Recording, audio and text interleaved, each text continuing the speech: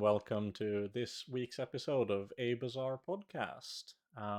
In addition to YouTube, you can also find us on Spotify as well as Apple Podcasts and via RSS feed. This week, we are joined by our lovely guest Magma, and so we'll go ahead and do some introductions. I'm starting off as your first host, MetallFenix, and And I Sixten. am Sixten, another co-host of this podcast. This is Walter Coolis, Force Field Walter, joining you from inside the bunker. And I am finally, our guest. I am Magma. I'm the guest. I'm a dually only player.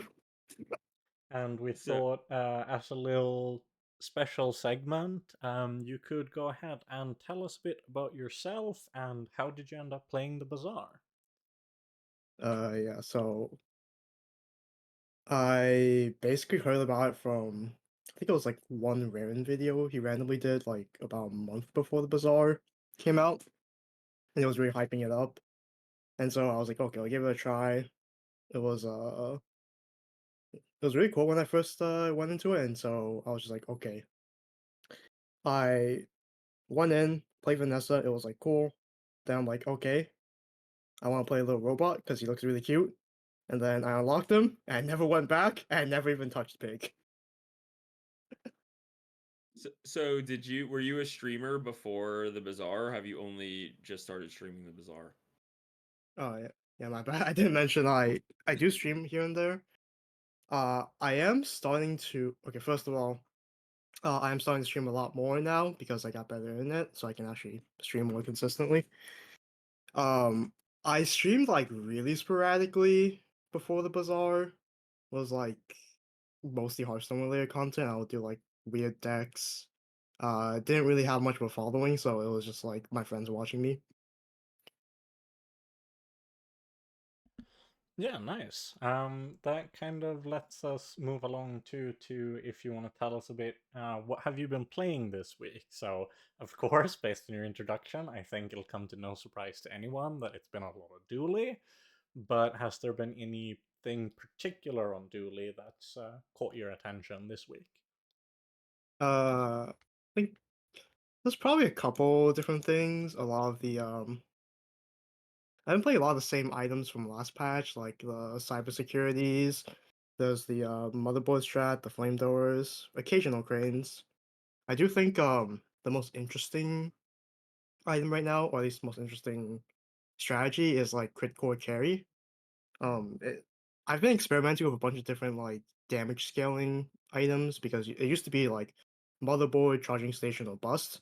Now I think for whatever reason, there's like a vacuum of different ways you can scale damage. Like I actually have used lens before. I don't know if we're gonna show that off today, but actually I don't know if I sent you that one. But I was like, oh, I had like a shiny solar farm, so lens just made sense, you know.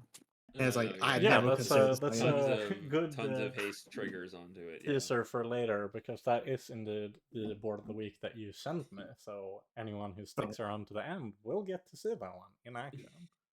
Spoilers. Yeah, we can move along to Walter. You seem excited there in your bunker. What have you been playing? Yeah, I've been obviously I've been playing Dually, of course. Like we had fun with Vanessa, but let's be real, of course we're playing Dually. And yeah, I played a lot of Force Field. I play a lot of drill, of course. I'm always like I've been a drill enjoyer since basically the first moment it was changed to its current form, like that very first patch that I was already like, let me find my metronome. So I've been playing tons of drill, of course, and then I play a lot of just like tempo weapons, pulse rifle garbage, and that somehow seems to win for me. I feel like I might have the some of the worst boards that ever got 10 wins you've ever seen with Dually, but I'm definitely like a Tempo King chocolate bar player, so I make it work. You know what I mean? And that's kind of what I've been doing this week. And what about you, Sixten? Yeah, kind of like a mix between Magma and Walter. I've been trying basically every dually item that isn't a friend. I probably put on my board at some point in the last week. So I've been loving Flamethrower. That's my new favorite item. I think it is amazing.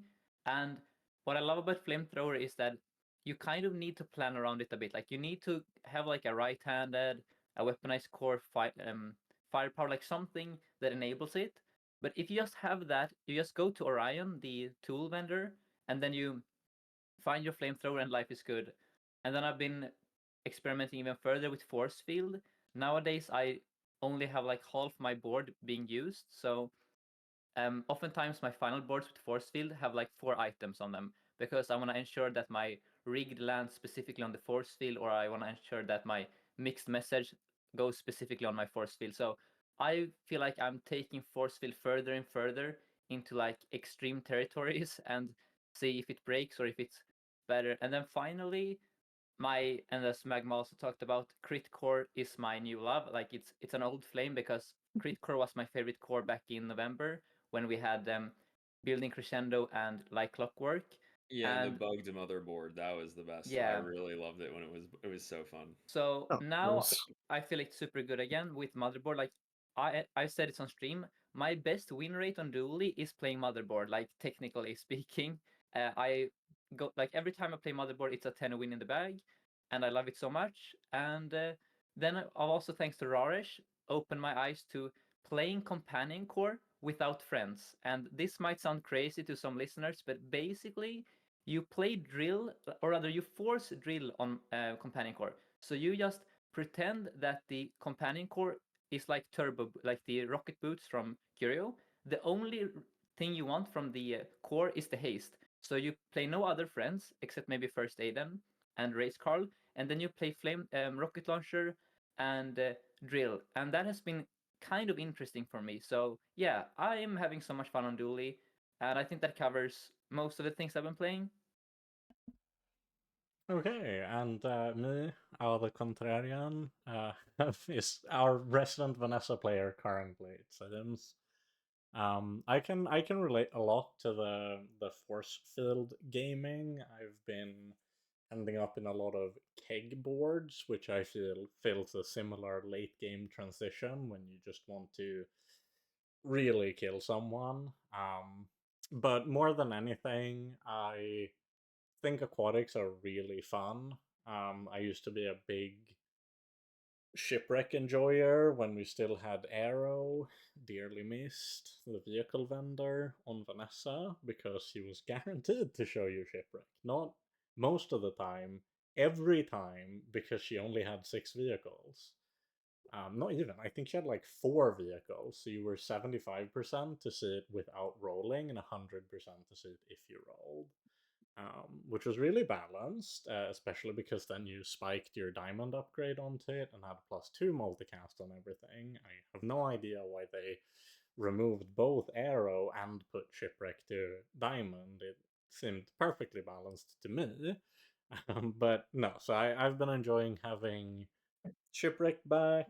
Um, I'm also a big fan of hybrid boards. I think hybrid boards are one of the most fun parts of Vanessa to me.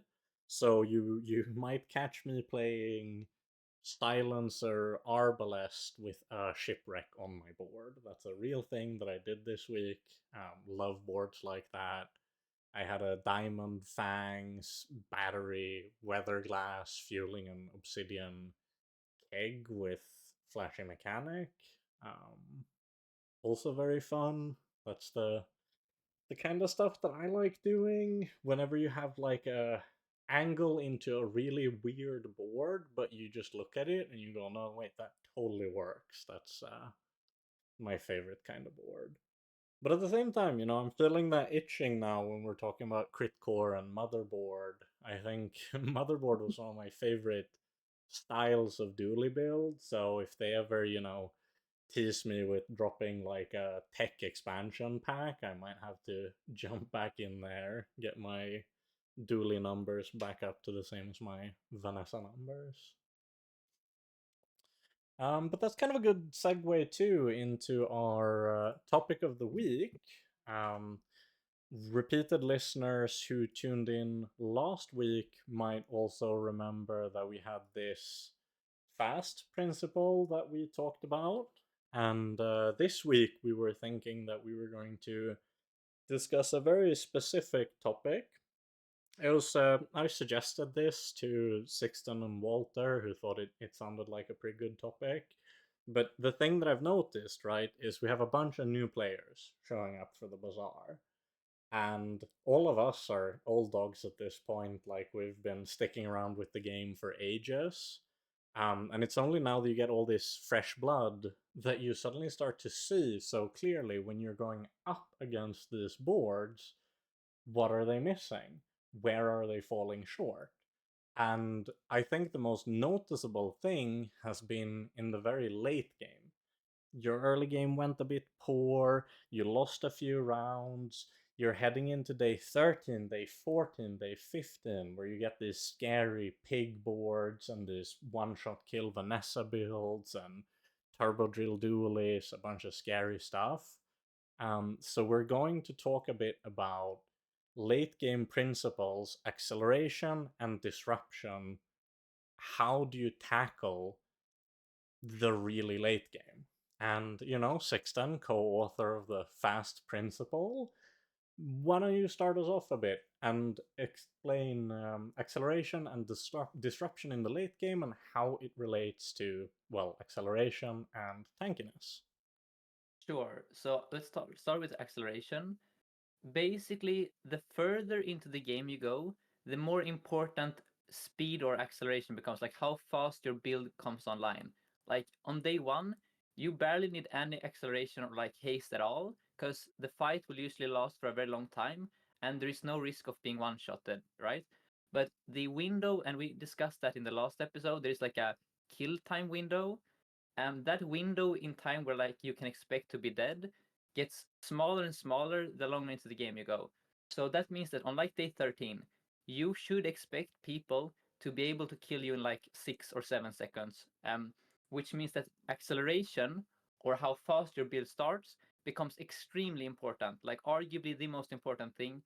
Um, and so stuff like start of game haste, um, reducing your cooldowns on your items, stuff like that, and becomes super crucial. And likewise, disruption, which we have decided to include in the tankiness category, and tankiness is how resistant your build is to opposing force. So disruption would be basically putting a wrench into your opponent's acceleration, right? So stuff like start of game freeze, chrono barrier, fort, like anything that slows your opponent down from killing you also becomes super duper important in the late game. And so what a lot of people that are decent at the game will do is pick a lot of freeze effects early. Like you go to Bjorn, the freeze skill vendor, you grab a random, like when you haste freeze here and there, and then by day 13, by day 12, you have like 4 freezes. And the way freeze works is the more of it you have, the more powerful it becomes. Because most boards have like 1 or 2 crucial items, and freeze effects in this game are random. So by having like multiple freezes at the same time, you increase the likelihood that you hit one of the crucial targets. And this is one of the ways you can counter, for example, an OTK build. Like you freeze their double whammy, you freeze their super juiced up double barrel, right? And likewise for yourself, if you have one of those super duper important items that needs to go off, you can either, of course, slap Radiant on it. That's kind of the most inefficient way to do it. You can also have a lot of small items on the board that can tank a freeze for you. So like there is a lot of, like, as a new player, it might be difficult to navigate this and know like, okay, how do I make my late game board survive the initial burst from the opponent, and how am I also able to kill them? And so if anyone else like Walter or Metal or Yeah, even Magma I want would to love chime to in here, jump sure. in and just say, like, one thing that I I'm always thinking about for when making decisions about my board is I'm literally like in my head constructing a mental timeline like this effect happens at second 0, then my Uzi goes off at second 2, and then that's gonna start hit my metronome, which is gonna proc my quick freeze, which is like so I'm constructing a mental timeline for the first usually like 4 to 6 seconds of the fight, and that is when all of these principles are going to play out, right? So both your acceleration, how fast your engine starts up, and this is somewhat from a dually perspective, but it applies to really any board that like it could apply to aquatic Vanessa or like a apropos chapeau pig or whatever. Like so it applies to any kind of board that's kind of like an engine, right? Um, so you have like the speed at which your engine starts, and then you want to pare that down to as as few cards. So like as you have more skills, you need fewer items to start your engine, and then you can dedicate more of your item slots to disrupting your opponent's start. And so when you have drill boards facing off each other against each other or force field versus drill, it's always going to be like about the icicle. It's always going to be like, where does those first two freezes land? Like, where does the rust land? Where does the rigged land? So you want to have in the late game a really detailed understanding of what is happening in the first 4 seconds of the fight, and then you construct your board and you make your skill decisions based on how is my first 4 seconds going to play out, and that's because that's really where the fight is won or lost in the late game. So that's kind of where I'm at, and it kind of you bring together the disruption is the form of tankiness that counters acceleration, and high HP bars is the form of tankiness that counters force. So you have to see that tankiness is kind of these two different things. One is like the disruptive element, the slows, the freezes, and then the other is like the HP bar. But when you're playing the engine deck or the engine board, it's usually most effective to accelerate fast yourself and disrupt your opponent's acceleration instead of trying, leave the 20k HP to the pigs. That's their strategy, and that's because their kit doesn't have any acceleration, right? So they have to do something else. They have to get insanely fat and just have a huge number on their HP bar. That's their form of tankiness. But if you're playing Dually or if you're playing Vanessa, like usually it's better to just be quick out of the gate, have those instant freezes, have that freeze that goes off in 1 second, have your Clamora, have your gold Clamora, like that's where you're gonna win those last rounds, those like close last rounds. Like that's gonna be the difference maker. So I think I'll interject with something just before passing it over to Magma, because I know we've had a few people give feedback on the fast principle, kind of asking, I'm having a little bit of a hard time understanding, say, what do you mean that a dock lines can make you tankier? And I think the best way to explain it is kind of force is the opponent's ability to defeat you. If the reason why we use a more ambiguous term like defeat is because there are indirect ways of defeating someone, like doing it with Sandstorm, and in future it's kind of been suggested that there may be other mechanics that let you defeat an opponent, and we want this to be a principle that stays relevant even when they put new mechanics and new things into the game. But if we look at the simplest example of force being damage, if you say you have a 1 second cooldown item doing 100 damage, really simple, and you have a 1 second cooldown item shielding you for 50, you've taken 50 damage, you've because you took 100 and you reduced 50, so you've taken 50. If you froze that item for 3 seconds, you've effectively mitigated 300 damage. And if you slowed that item for 3 seconds, you've halved its damage output, which means that during that 3 second period, you've effectively mitigated 150 out of the 300 damage that it would have dealt. And this is obviously an oversimplification, but the reason why it's so important is because later in the game, you might face something like, say, a double whammy that deals 10,000 damage. And at that point, usually, unless you have a fixer-upper or unless you're doing duplicated pearl with turtle shell and shipwreck, like, you can't shield for 10,000. Most builds just can't shield for as much as people are dealing in damage or stacking up with burn or stacking up with poison.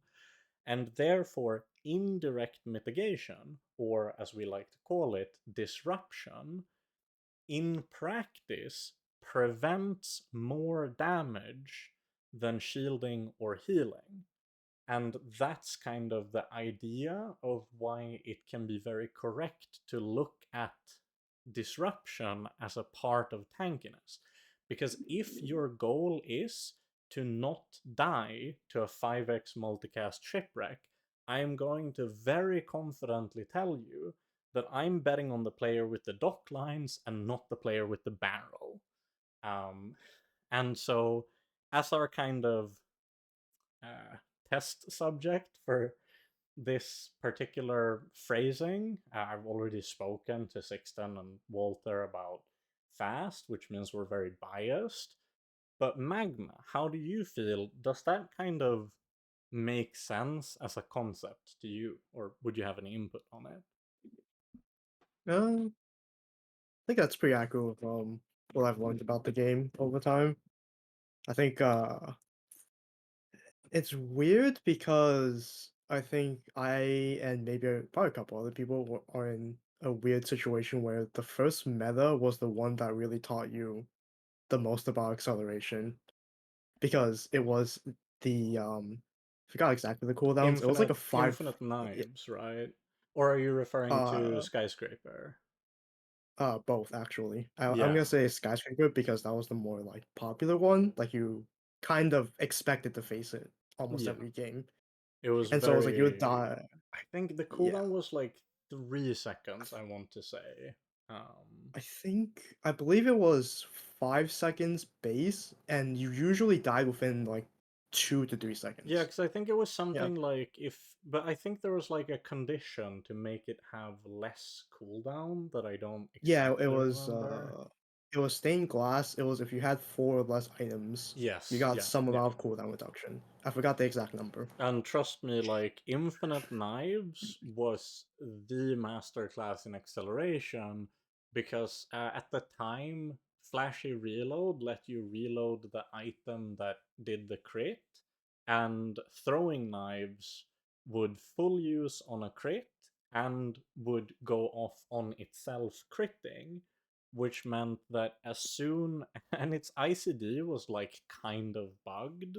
So as soon as you crit any time with any item, throwing knives would start to proc. I believe it was something like between 10 and 30 times a second, depending on how your ICD decided to work in just that fight, which pretty much meant that I've seen like 30, 60k pigs die before their 3 second cooldown skyscraper could go off. You And could also enchant Clamora to give it crit chance, which means it made it oh start yeah, of game, yeah. which was kind of And disgusting. so Oh then at yeah. that point, of course, it was just literally who went off first, that person won. So you learned really, really quickly, whether you wanted to or not. If that's what you were playing, you had to figure out how to make it go really fast. Well, it's good for the game that the most of the start of combat stuff now is disruption, right? Like Yeah, like I think Yeah. that is kind of like the natural, like as the game gets more and more balanced, the natural answer to like a 3 second one shot is going to be icicle and quick freeze, and you know what yeah. I mean, like that's going to be the answer. So I mean we've seen that evolution take place, so That's good to see. I mean, I think that's a sign of And healthy balancing. now that we've kind of established that this concept seemed to at least make sense for Magma, I'm very curious to pick your brain because I think everyone who knows who Magma is knows that Magma is one of the most ingenious and creative players that this game has ever seen, and an absolute master at dueling. So I'm very curious to hear what are your most interesting ways to achieve this acceleration or disruption, if that's relevant too, in the late game on Dooley. Teach us all your dirty secrets. I mean, the obvious answer is Atomic Clock. That item is not balanced at all. And then they nerfed it to 2 seconds and it was unplayable. You know what I mean? Like, I think it should tell you how much a item that can in theory only go off 3 times. Like the fact that they had to double its cooldown, like how impactful the item was, first of all. And second, Dually, as far as I'm aware, does not have any actual start of game effects. Unless if you count Icicle, which that is a neutral item, so it doesn't really count. And so literally the fastest thing you can do is Atomic Clock. Outside of skills, right? There's some skill things you can do. But honestly, there have been times where I've played just like straight up a silver 3 ammo clock because I'm like, okay, I don't know, I have like infinite drill or something. So literally all I need to do is just start fast.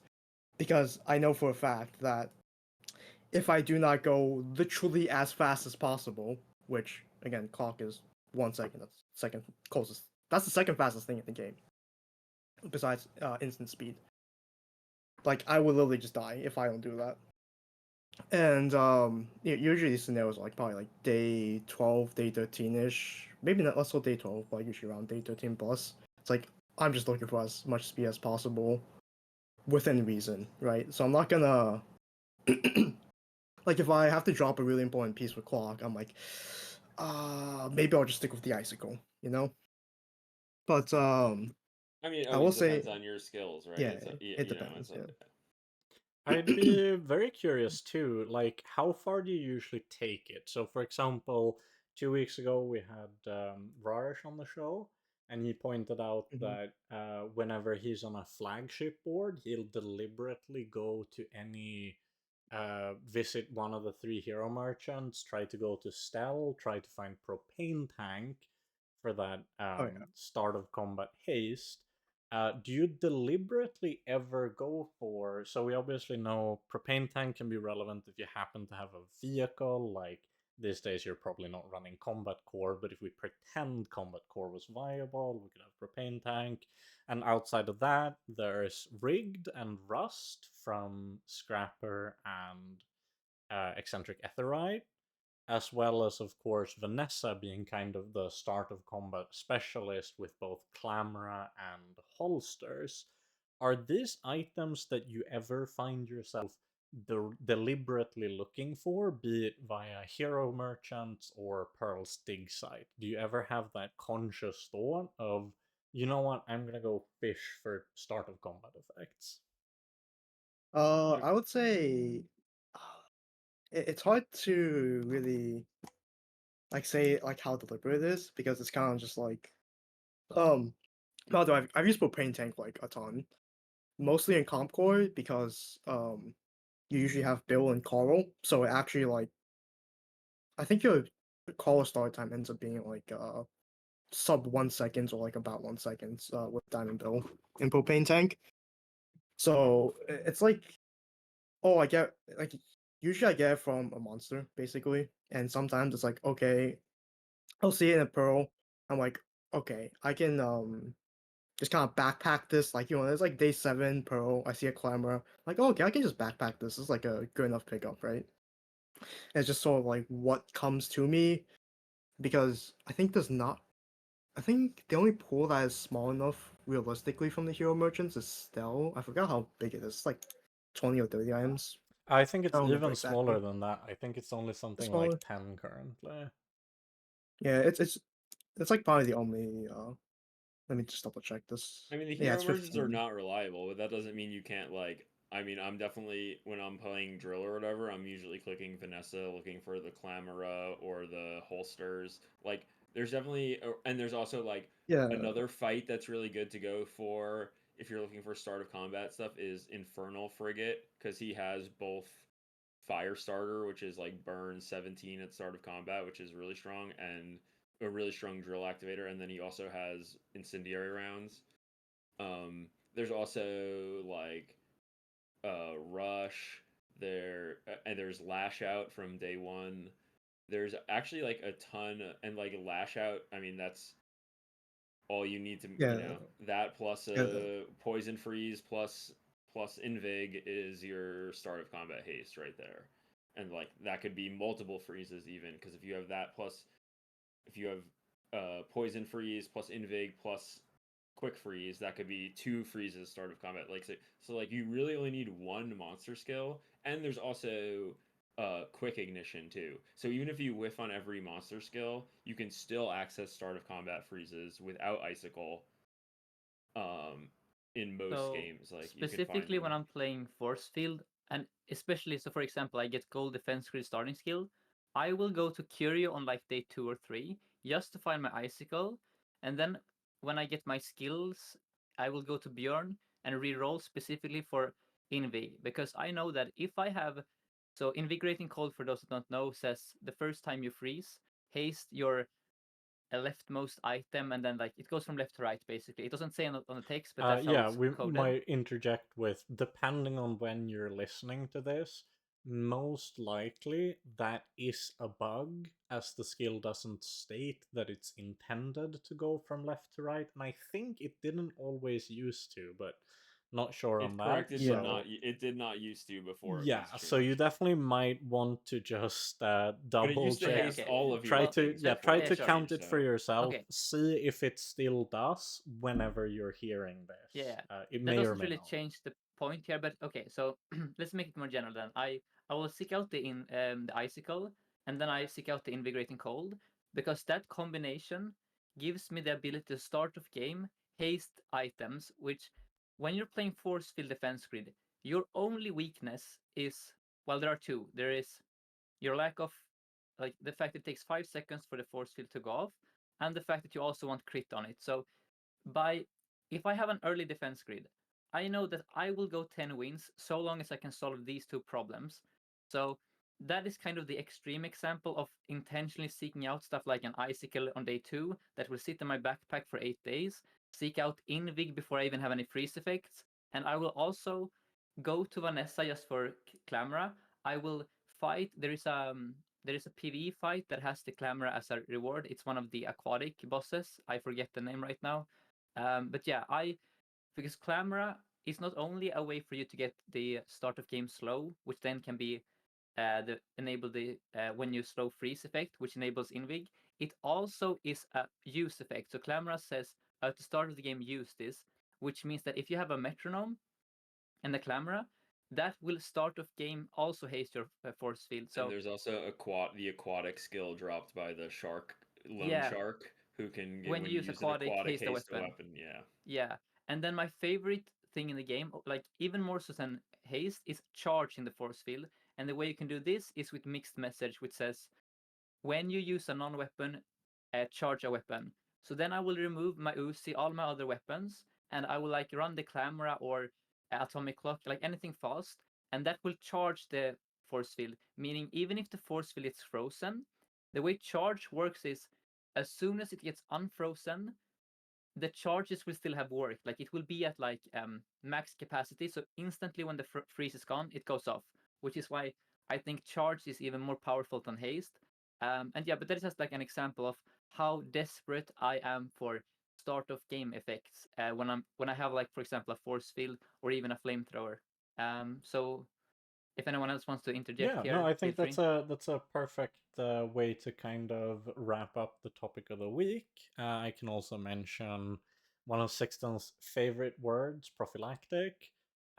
It's the principle of doing things because you know they'll matter in the future. If you ever go into his chat, he's got a nice command for it. You can read the full explanation, but it kind of highlights the core mindset at play here for high level players looking to have boards that will get them to 10 wins even when things go south in the early game.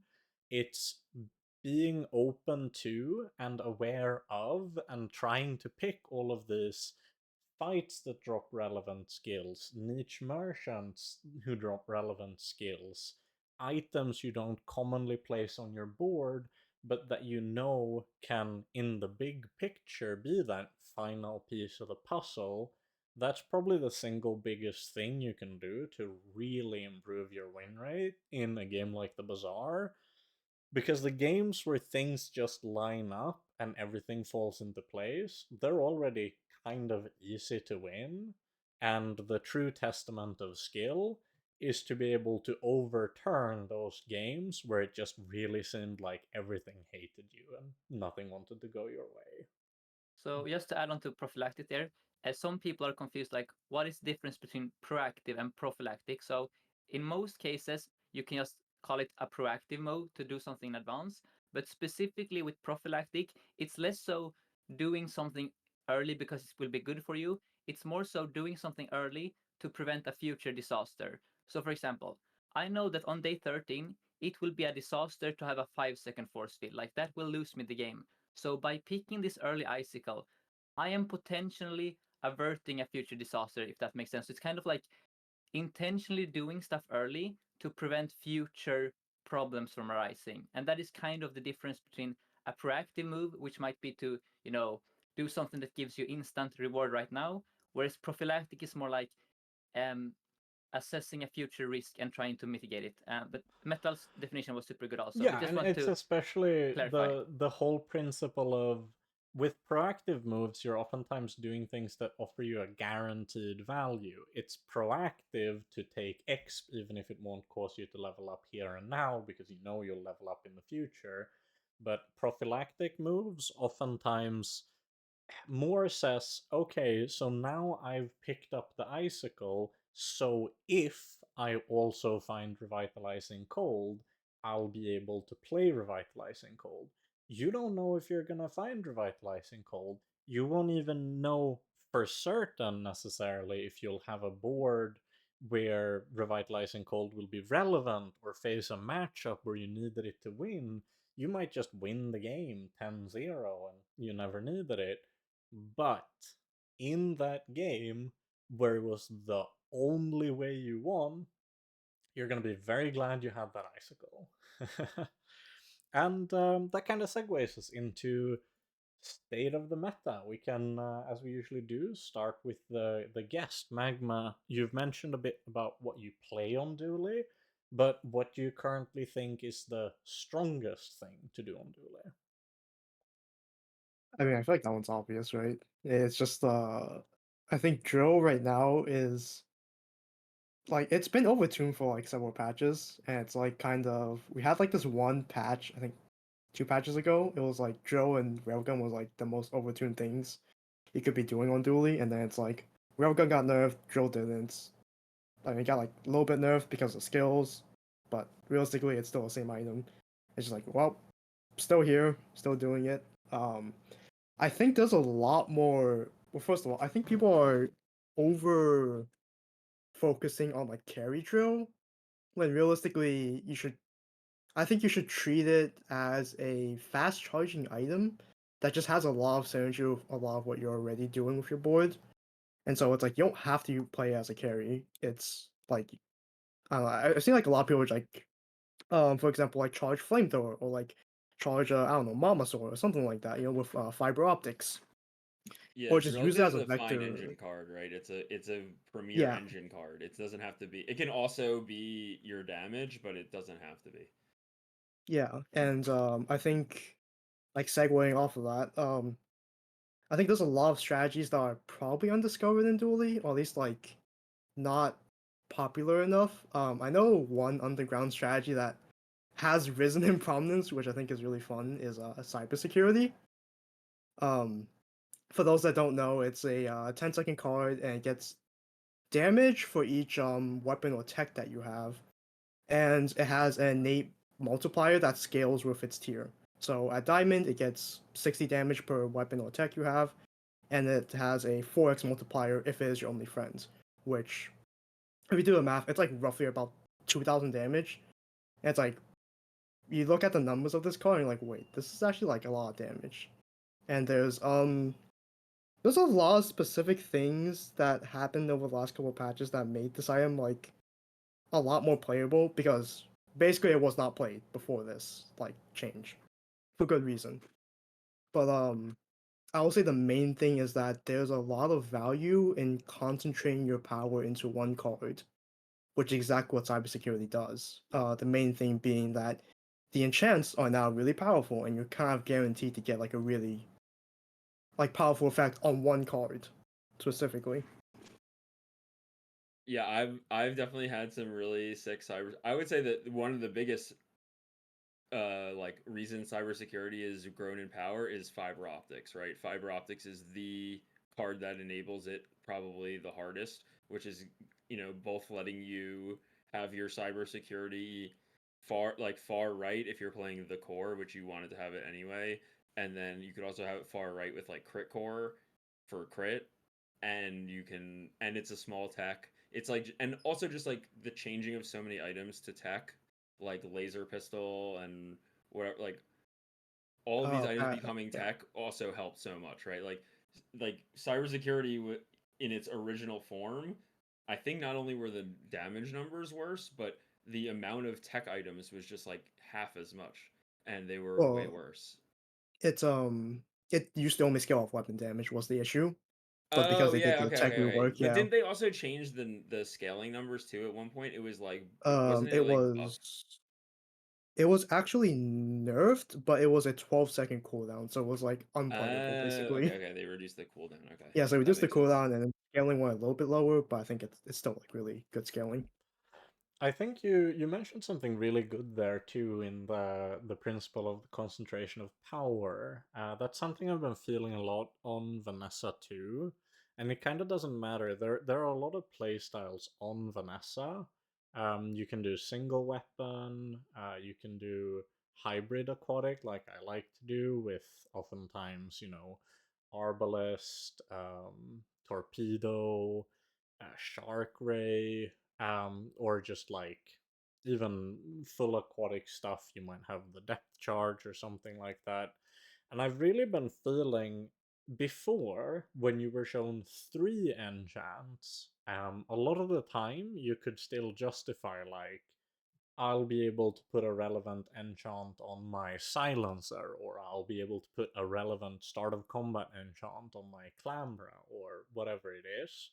But these days, where you get less levels, less enchants, and only one guaranteed option, I feel like every single game I have to build a board where I know that there's an item on the board where it won't really matter which enchant I get, because I'm probably clicking artist and I'm probably not getting the thing I actually want. So if you don't power spike off of that, it can outright doom a run. Yeah, that honestly sounds about my experience. I will say that there are first off, they've done a really good job of like kind of balancing all the enchants and making them feel good. Okay, maybe not balancing is the right word, but they all feel good, you know? Like Yeah, I it know used to be that you exactly get what you fire toxic. mean. Like when toxic or heal or whatever didn't scale, it was much more like you had one relevant enchant and then the other ones were duds. It meant you didn't get an enchant at all. So at least it is kind of quote unquote balanced in a way if basically every enchant is at least not useless on most items. Well, Yeah, I would say that I Oh, okay. yes, I was gonna say, just speaking of balance, I feel like between the heroes, this is the most balanced meta ever. That, Yes. but I haven't played. I mean, to be fair, I didn't play during those, infinite not like the very first months of the game. I hadn't bought the game yet, straight up. So I didn't play in those two metas. Like, I guess I can't take it, but like from what I've heard, they don't sound particularly balanced based on your description of skyscraper and infinite. Yeah, and I That think doesn't sound particularly balanced. So I'm just gonna go the ahead and say I think this is the most balanced meta ever. I think who else is? I think Retromation made the same comment recently. So I think it, and I think Snazer made the same comment on his stream recently. So I think a lot of people have been feeling this in terms of hero balance, the viability of the heroes, that this might be the most balanced ever. You can play multiple builds on every hero and you can win with all of them. Maybe Vanessa is third place in many people's eyes, but it's not by that much. and I I would would also say. say it's the most fun meta ever because you don't in previous metas there has been like one dominant strategy every time. Like you see in every run, there's something you face every time. This is the first time I can ever say that, with the exception of late game just being pig, I have so much diversity. Like I face different stuff.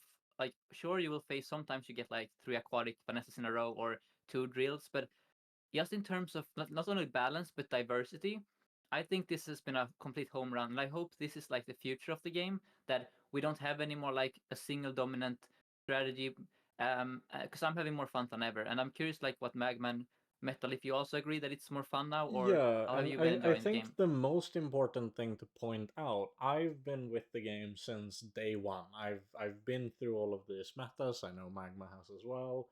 And the biggest difference is in the past, we've had many metas that were initially perceived as relatively balanced, but the big reason was because the larger player base as a whole had not really figured out builds that well. So in any time they made any change, it would take people weeks to actually catch up with what had happened, to discover what the builds actually looked like. These days, things change at blistering speeds by comparison. People are so quick to find out when something is busted, because the thing with infinite knives, right, is that it took people like a week to figure out skyscraper, even though skyscraper scaled multiplicatively with every item that increased the value of your items. So skyscraper would deal 30,000 damage per hit at like day 7. Like, it's ridiculous. That took people like a week to figure out, and Infinite Knives hadn't actually hit the mainstream before they were already patched out of the game. If they were around now, you would face it 9 out of 10 games within like 2 days. Like, people are so Agreed, quick on agreed. it. It People, would have Um, been I mean, obvious. people are gonna be better at the game 6 months in or whatever it is, 5 months in, than they are at the first patch. Like that's just the truth about and games, right? and Like that's why I think it's so hugely telling that even though we're now in the much more matured landscape, we still perceive the game as being sort of balanced. I think, because I agree with yeah, the the fact that it's statement. the end of the patch, right, where Yeah, there's 2 days left, or 3 day or 3 days, 4 days left of this patch in theory. They haven't officially announced the next one, but we expect the next patch to come on Wednesday, right? So we're 3/4 of the way through this patch, and we're still saying like, oh, there actually isn't a clear front runner best strategy or best board. Like, yes, I can name 5 different boards that are strong, like aquatic, shipwreck strong, drill strong, force field strong, square pig is pretty strong, fixer upper still pretty strong. Like, we can name lots of strong strategies, but I can't say that I faced 7. I didn't face 7 of anything in my run. Do you know what I mean? I didn't face 5 of any one thing in my run. I played against a variety of heroes, and some of them were playing one weapon, and some of them were playing aquatic, and some of them were playing drill, and some of them were playing force field. And so it feels like even if stuff is good, even if stuff is potentially broken, they're not dominant from a is it being played perspective, and that feels really good to play it with. also feels like we're kind of seeing the vision of the future of the game that was sort of intended, where if we get more heroes as well, and most importantly, now that we're actually getting new players, it's in a weird way almost like everyone benefits due to it being a asynchronous and player favored game, where I think part of this diversity that we get to experience is just the fact that when you don't only play against people at the very top of whichever rank you reside in, who are constantly trying to, as best as they can, go for hyper optimized lines, it also gives much more of that freedom to try to do silly things. But it goes both ways, because if all the good players are playing more loosely, it means that less experienced players get to go against better players, but that are arguably not necessarily playing their most try hard, well oiled, like super optimized strats either. So I think, I don't know, it feels very hopeful to see this kind of meta. It feels very fun to play right now. So Magma, what are your thoughts on the meta overall? Like, do you agree with our? Are you also optimistic, or? I'm terrorizing people with plasma rifle. Oh, plasma rifle. That's Yeah, crazy. not pulse rifle, plasma rifle. Pulse. Okay. Oh, pulse. Okay. Plasma. I see. No, I'm Yeah. saying Right. No, plasma rifle. I not do not mean pulse. pulse. Plasma. I do not mean yes. pulse. I mean No, plasma. plasma. That's so for those. I mean, that item is. I don't think even half of the listeners can even name what that item does. But it's like when you burn, it gains damage, right? The only Yeah. reason you might know it is because it's that item that damn bastard, the Yeah, The shock shock trooper. trooper. It's what shock trooper. It's kills the you one with. he crits He you always with. crits. Yeah. Oh yeah. I mean, honestly, I like the meta where it's at because I feel like I'm someone who just goes for like basically whatever the game gives me, and just kind of wacky stuff. Like I haven't drilled in probably like a week now, maybe only a couple of days. It's been a while. Like I've banned myself from drilling. I'm playing all these Same. like different items. I hate drill Plasma actually, rifle. but that is my bad take. I hope I they. mean, I secretly hope that they make it silver starting, so I don't have to click it every time. yeah, I have my pain points. Like I think drill is too good. I would like to see it nerfed slightly.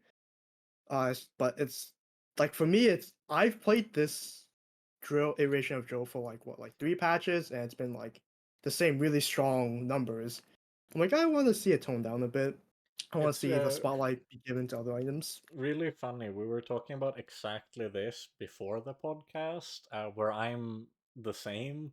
Whenever something that I enjoy playing is too good, it's not as fun to make it work. So secretly, I'm Yeah. rooting for the items I like to be tuned down to the point where they'll be. Can I just fun speak to in make defense work. of drill for a moment here? Yeah. Can I just interject and speak in defense of drill? Is the okay? Drill is the kind of card that is good to have as the best card. What I mean by that is that in games, there's dominant strategies that are fun, and there are dominant strategies that are really unfun. When Fixer Upper is the best card, it's miserable for everyone. When Drill is the best card, it at least forces you to do something different and solve a different problem every single game. It's way less for as strong as it is, it's way less how to say, it's way less samey game to game, right? You get a different mix of skills. And if you compare that to like, okay, if ammo Vanessa is the best strategy, right? It's like, okay, I just get blown up by the same 4 cards on every single board every single time. And it's like, yeah, drill is on every single board, and metronome is also on every single board, and metronome is also an OP Yeah. card. But and nitro and ignition core. But the point is that the rest of the cards are different on the drill board, and the skills are different each time, and each drill run is like its own unique puzzle to solve. And that's kind of like, at least that's kind of in some ways like healthier feeling or more interesting somehow than just, oh, fixer upper, toxic fixer upper, you have 60,000 shield and I'm poison 600 or whatever. Like that, there's nothing interesting about it. It's just like you do the same thing, you stack your value with rewards card.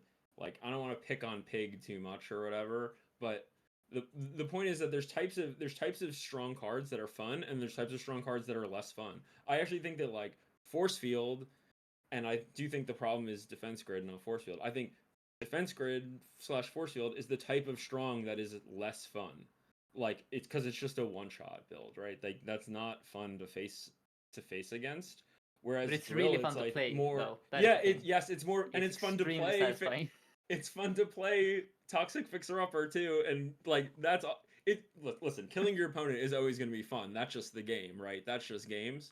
Like the point is like what is fun for everyone else, and we can make, and or not we, but Tempo can make the strong things be like the more fun type of strong things, and make the really obnoxious stuff a little less strong. Not we can never have one shots or we can never have ammo Vanessa, but just like if that's not the very best build, but it's still a good build, that feels a little better for the players.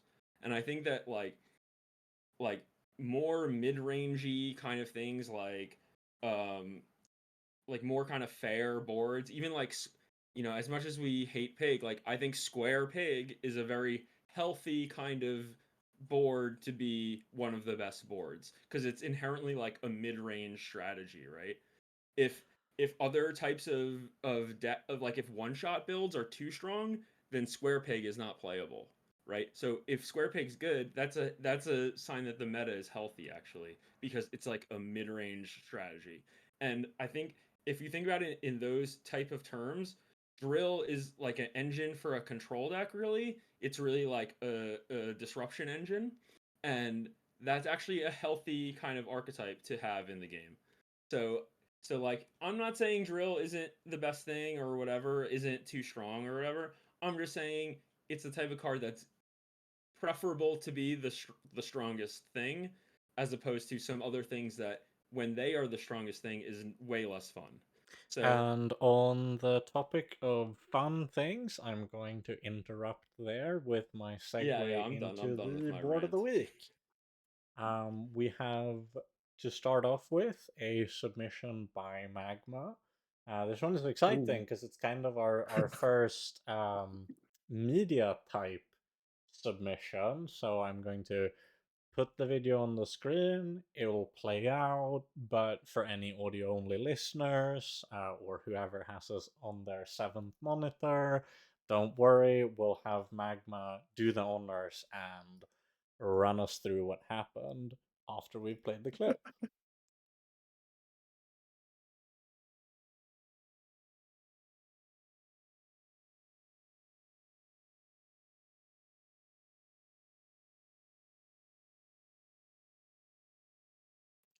So run us through it.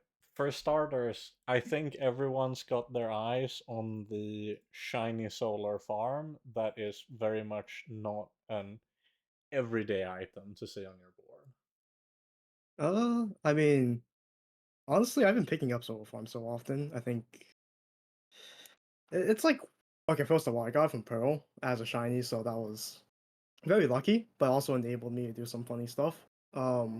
I think solar farm's like honestly one of the best.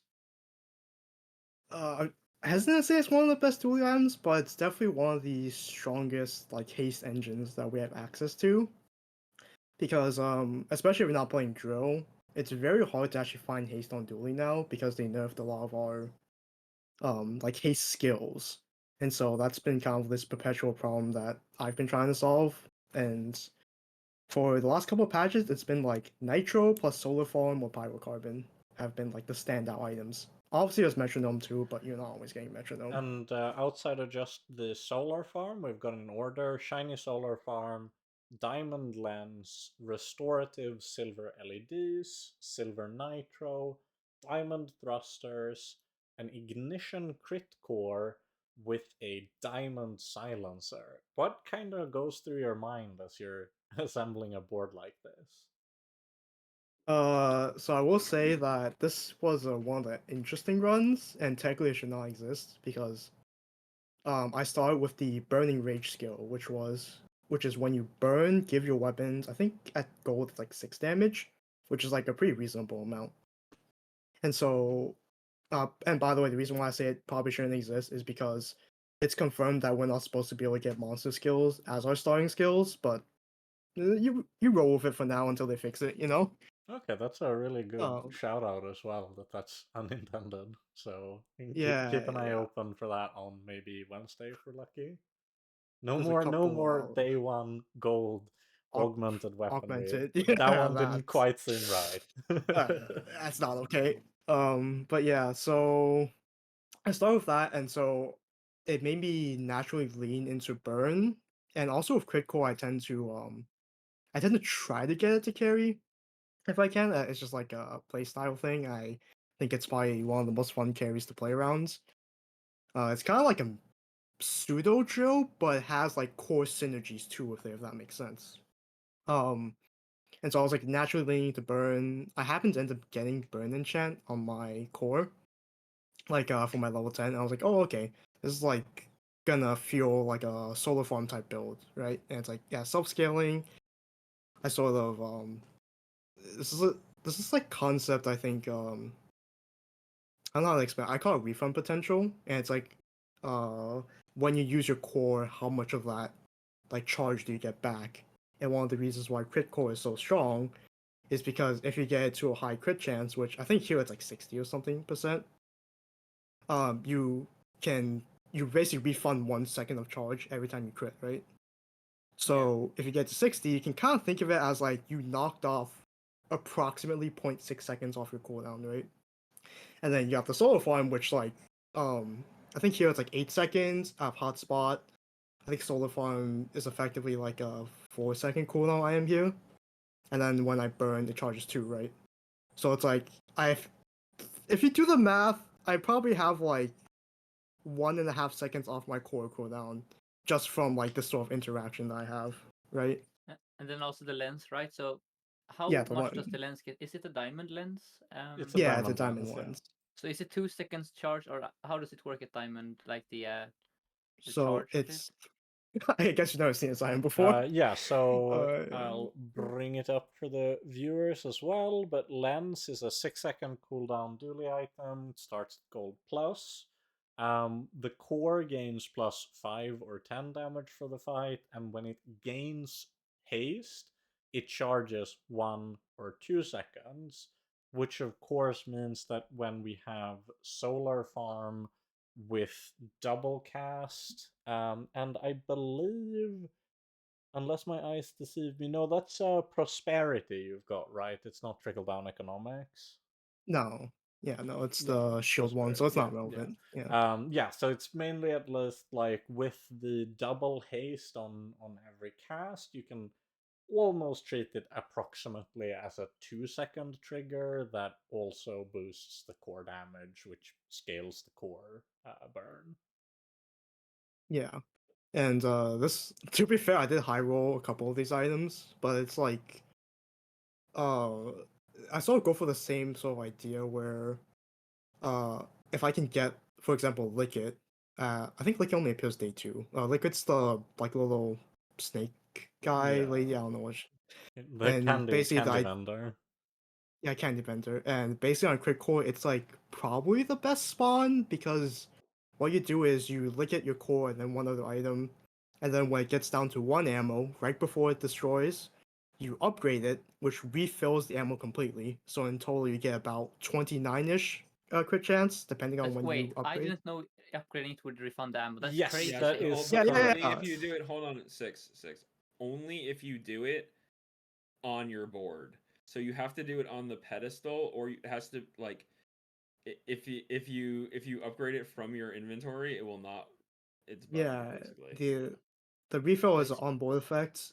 It basically does not is not relevant this patch, but last patch with the old B1 B2, it was relevant because if you Yeah, yeah. upgrade in your stash, it was really bad. specifically, we're talking about this item called Super Syrup, which Liquid sells, which is a 5 second cooldown item with 10 ammo, which gives permanent crit chance to adjacent items. But it permanently loses 1 max ammo every time you use it, and it destroys itself if you have 0 max ammo remaining.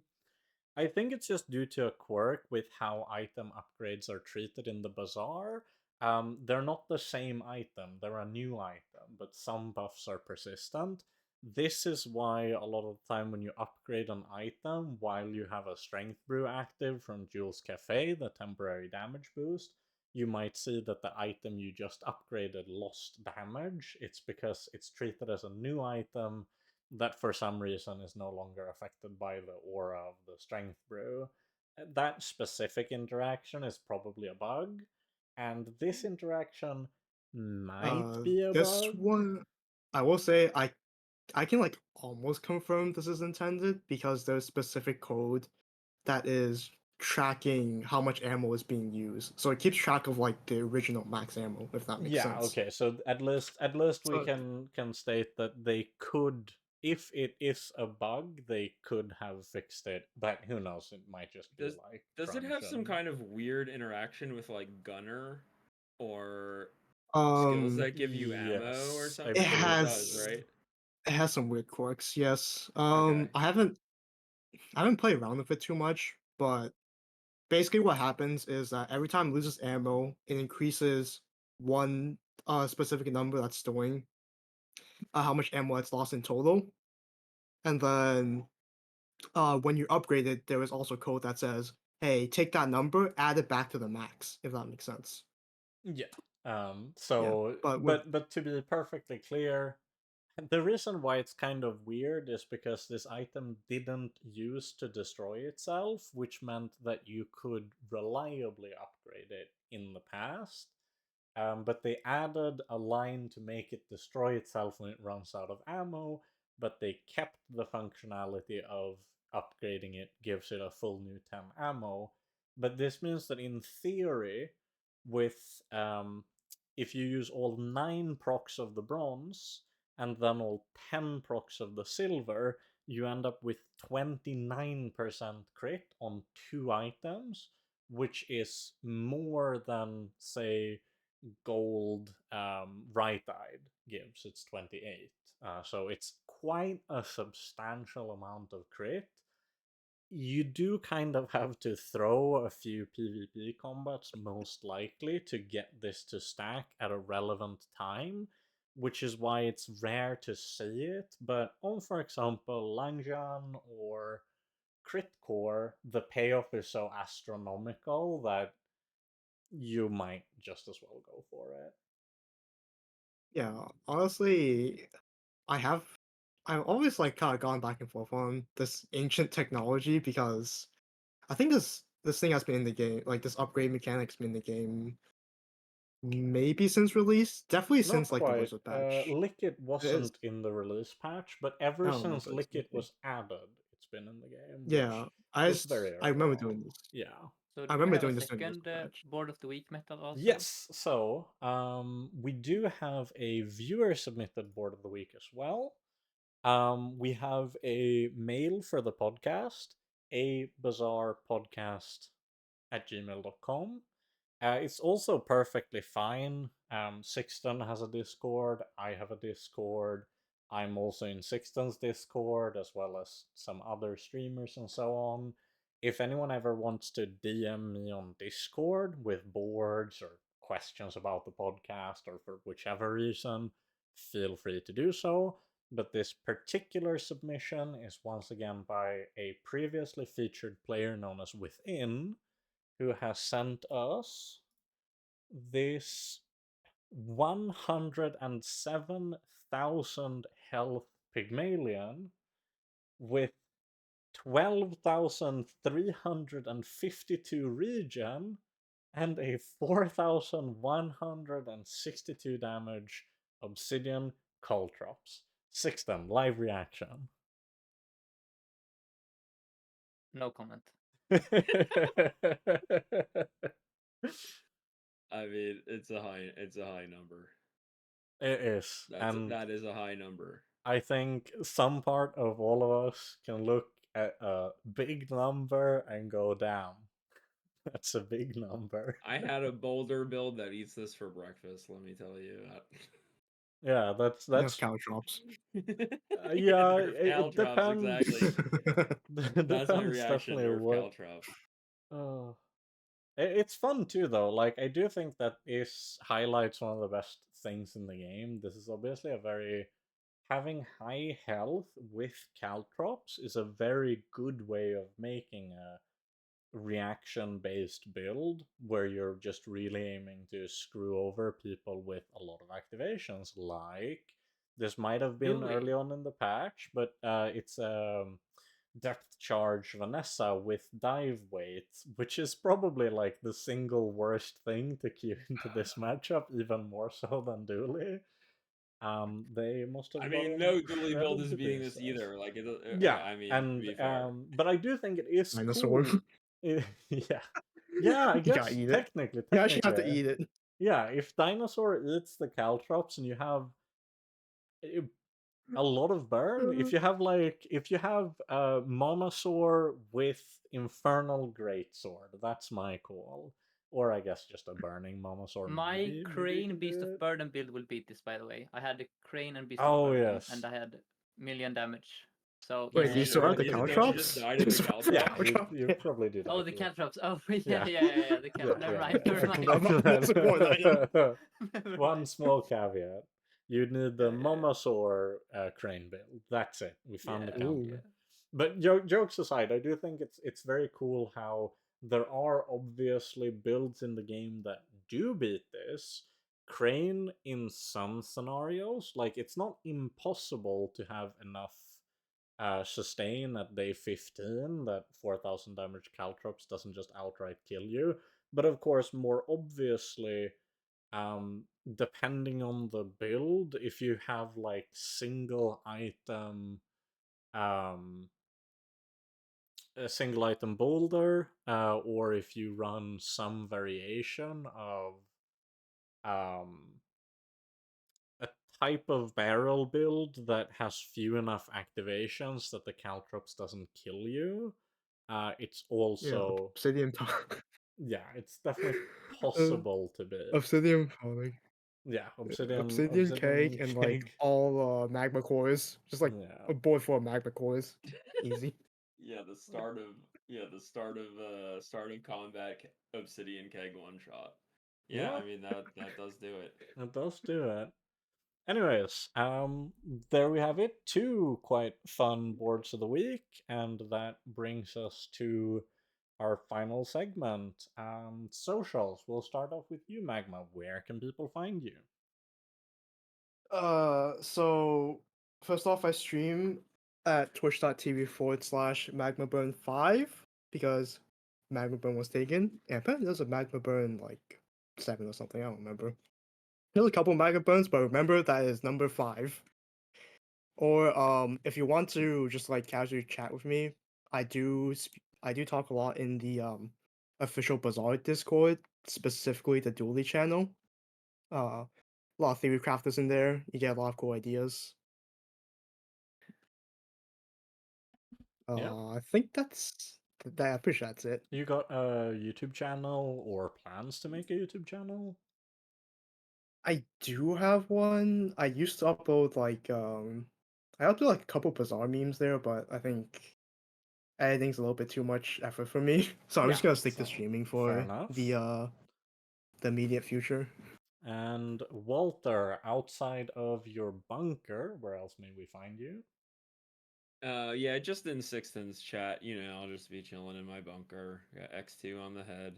Or yeah, I don't know. You can find me on Discord too. I'm around. And speaking You're of Sixten's chat, where might we find that? Also on Twitch, it's 2610. The 2 is a number, the rest are letters. Same on YouTube. And then you can also join my Discord server, which I'm pretty sure is linked in the description of the episode. That's correct, at the very least on the YouTube. Yeah, I think that covers my stuff. And Metal, what about you? Yeah, I've got a Twitch channel. I stream quite sporadically due to my day job, but if anyone wants to drop a follow and maybe catch me when I'm hopefully live more often, that's the goal. It's twitch.tv/MetallFenix in the description as well. And same name on YouTube. I haven't uploaded any bizarre highlights yet, but that's the plan whenever I actually stream enough to have recordings that I have time to edit before they've completely changed the game again, as they seem to like doing. I've also got a Discord for my stream, should be in the description as well. And with all that said, thank you for being such a wonderful guest, Magma, providing lots of insight about Julie. And to all our listeners, thanks for watching A Bazaar Podcast. We'll see you next time. Bye bye. Bye.